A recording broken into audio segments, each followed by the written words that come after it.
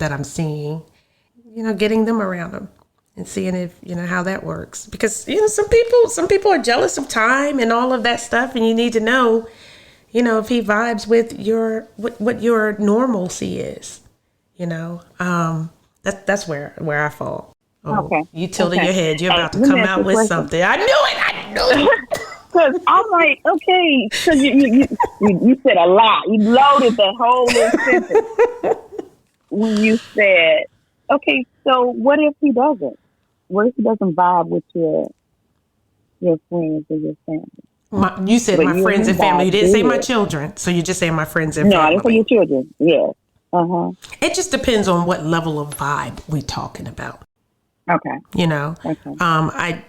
It was important that my late spouse got along with my family, that he respected my family. He respected our relationship. I have a very balanced family. Much like yours, my family has always been supportive of me. So I knew that if there was something off, it wasn't because they were like, strict or had unrealistic expectations in my relationship. In fact, they could point out sometimes like, yeah, that was your fault because I know you, Dana, and you're too emotional, So if there is something off that they pick up, that's important to me. My close family, but my friends within my circle, they know me.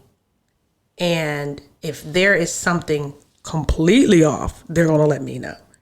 However, I'm able to share, I guess, my time. I'm very balanced. My late spouse was very supportive of. I'm a relationship person. I'm a friendly person. I have friends that have been in my life since the beginning of my life, for over 50 something years. And then I have close friends since I've been in Texas that have been with me for a number of years.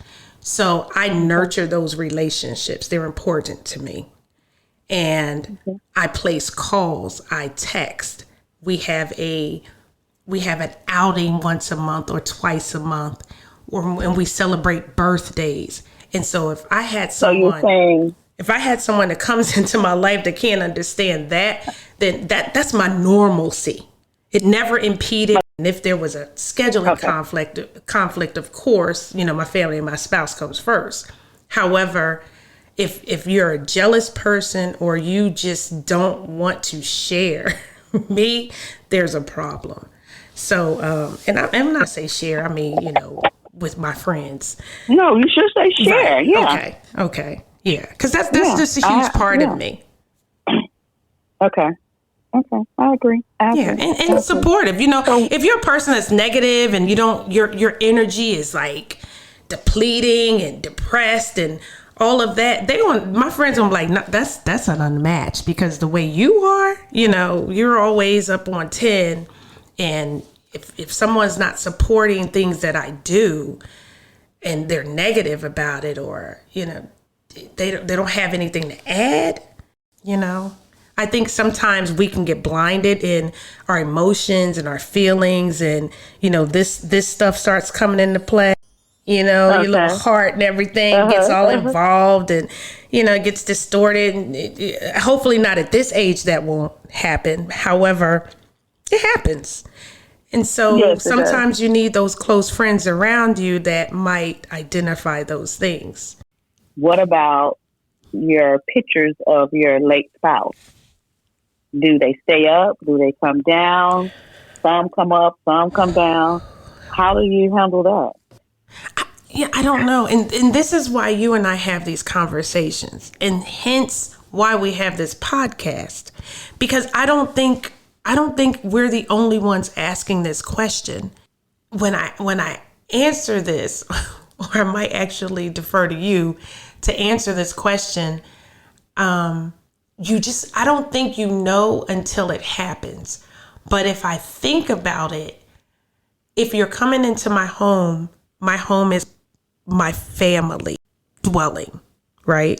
And so comfortably, my home is not disturbed based on who visits my house. I don't change things around because someone's coming to my home. Anyone. When you look around my house, you're going to see images of, I didn't just get started, right? You're not just meeting a person who's just established. I'm not in my 20s with my first house. So a lot of the history of my family and his family and us as a family exists in my home. And I think the person whom you're dating, after you're having conversations, they know where you are in your life and what has happened to you and what your relationship status is and why you are single. I think there's an expectation. They're going to come in and they're going to see pictures of your family around your home. And I don't think they should be offended by that, especially when you ain't paying my bills. Sorry. I'm sorry. Okay. Let me say this. That came out of me. But that's what what you see is what you get. And let me say this. You can't be jealous because no, it doesn't have to. Okay. Let me say this. Let me say this. It doesn't have to be jealous, and what you see is what you get. I think it should be a mind shift for each person. I think it should be where if you're dating someone and you're dating someone for long term and they have met your children, I think if it was me, I would not want to go to someone I'm dating and someone I'm interested in, and we're talking about long terms and all those things I just said, and see his late spouse all over the wall. I don't think. I mean, the first few times you go to the house, you don't expect to see that, and he has children that live with him. No. Remember, Remember, we're talking about now. This is not somebody that you just start dating. No, y'all dated 6 months. Y'all dated a year, 2 years. No, I don't want to. I've dated you over 6 months. Mm-hmm. I don't want to see your late spouse all over the room. I'm talking to you, and she's sitting up there. She's sitting in there looking at me and you while we're talking. I think there are hugging on me. Stop! Don't give me that picture. You sit up there. Yeah. Listen, you hugging me. Mm-hmm. And you talking about, this is what I want us to be, and you loving me, and she's sitting up there in her wedding dress, and y'all at the altar. Because I see it from a different side. That's why I say one thing, but as you're painting that picture of me being that person that the person brings home and has that, now I'm seeing it from that perspective. And the reason I'm painting for you because I was like what you were saying. Okay. You coming into my house here. Right. But as I began to think about dating and think about, okay, moving forward in my life and wanting to be loved again and wanting to love again, I would not want that for me. I would not want to have to see that. I'm already, remember, this is a house that you and your spouse have made a home. So we're already dealing with everything else. See, that's why I think the difficulty is complex. It's not so black and white because there's different circumstances. There are, if you still have children, your children still live. Those memories are also for them as well. They want to remember their parents. They want to remember how they were brought up, how they were raised. They want to remember those amusement park trips and things like that. That is more important for me than it is to make someone that I'm dating comfortable. And I think if you explain that to that person, if that person has an issue and you explain that, or that person doesn't understand that, that's a red flag for me. Because my children look at those pictures even today and they reminisce. Now, if it comes a time where my children says, these pictures put me in a sad place. These pictures no longer bring those fond memories, right? Then that's a decision that I make based on them. However, I'm going to, if it's a long-term relationship and then you remarry and you move together, whether it's your family home or you buy another house together, then you limit those pictures to maybe photo albums and put them in your children's room and things like that.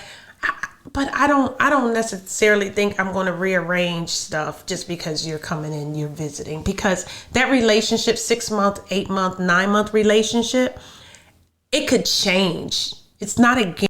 Let me say this. 2 things that you hit.